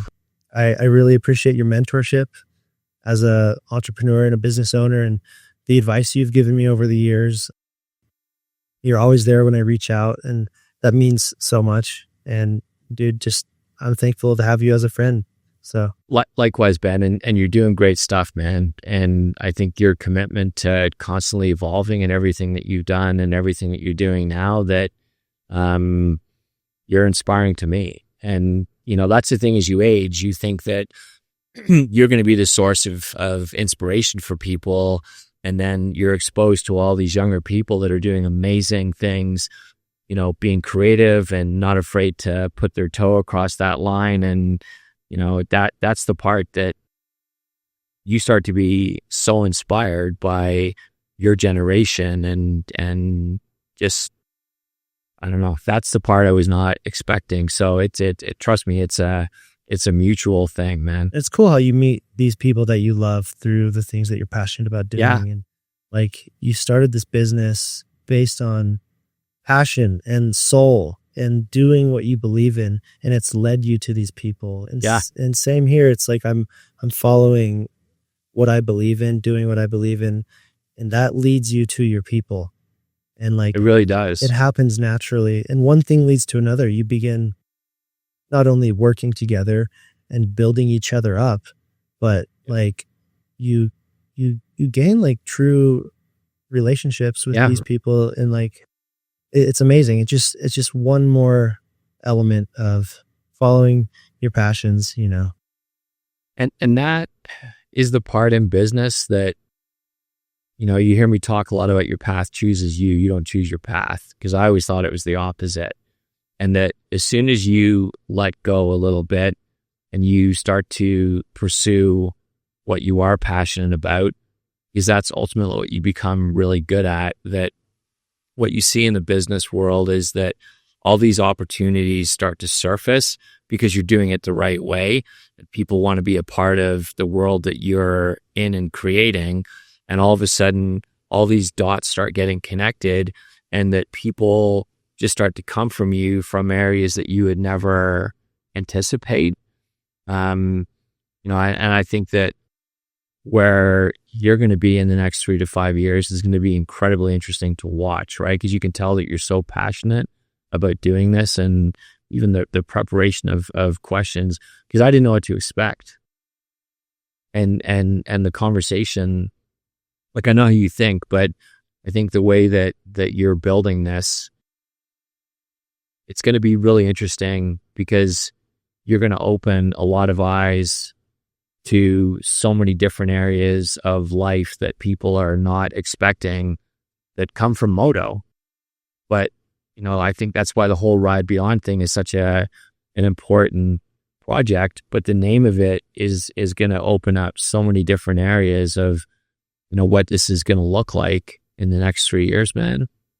I hope it can provide value. My goal is to provide value to the listener, talking to people who have done extraordinary things, lived extraordinary lives, achieved greatness in different ways, and taking their wisdom and sharing that with people so that they can apply it to their own lives to live a better life. Yeah. So yeah, that's the goal. And dude, I appreciate you for making likewise, the time. brother. Dude, you're so busy and you always make the time for me. Yeah, likewise, man. All right. Talk soon, buddy. Yeah. Thank you. Before you go, I want to give a shout out to my amazing sponsor, Rider Justice. There's a lot stacked against us as riders. The unpredictable things that can happen out on the road, and there's a general negative perception of motorcyclists in the courts when something unfortunate happens.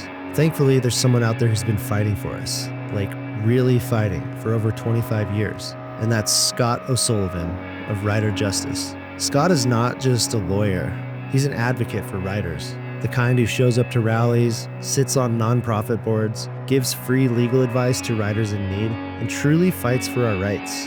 He launched Rider Justice to stand up for all of us, on the road, in the courtroom, and in our culture. If you've been hurt in a crash, if you've lost someone, or if you just want to know your rights as a rider, go to riderjustice.com.